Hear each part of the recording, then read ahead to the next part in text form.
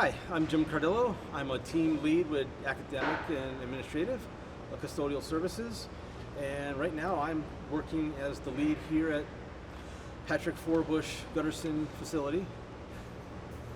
I take care of the buildings and even the people to make sure that the school runs as well as it can run.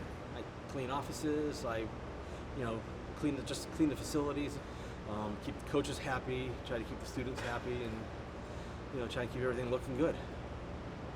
But I think for the most part, people here actually care about each other. So I made some pretty good friends, and I've gotten to meet people from all over the world that I never would have met doing anything else. The word would be diversity of the work that I do, the people that I meet, and just wherever I go on this campus. Every building's different, and I get to experience a lot of different things. You've got to want to be here.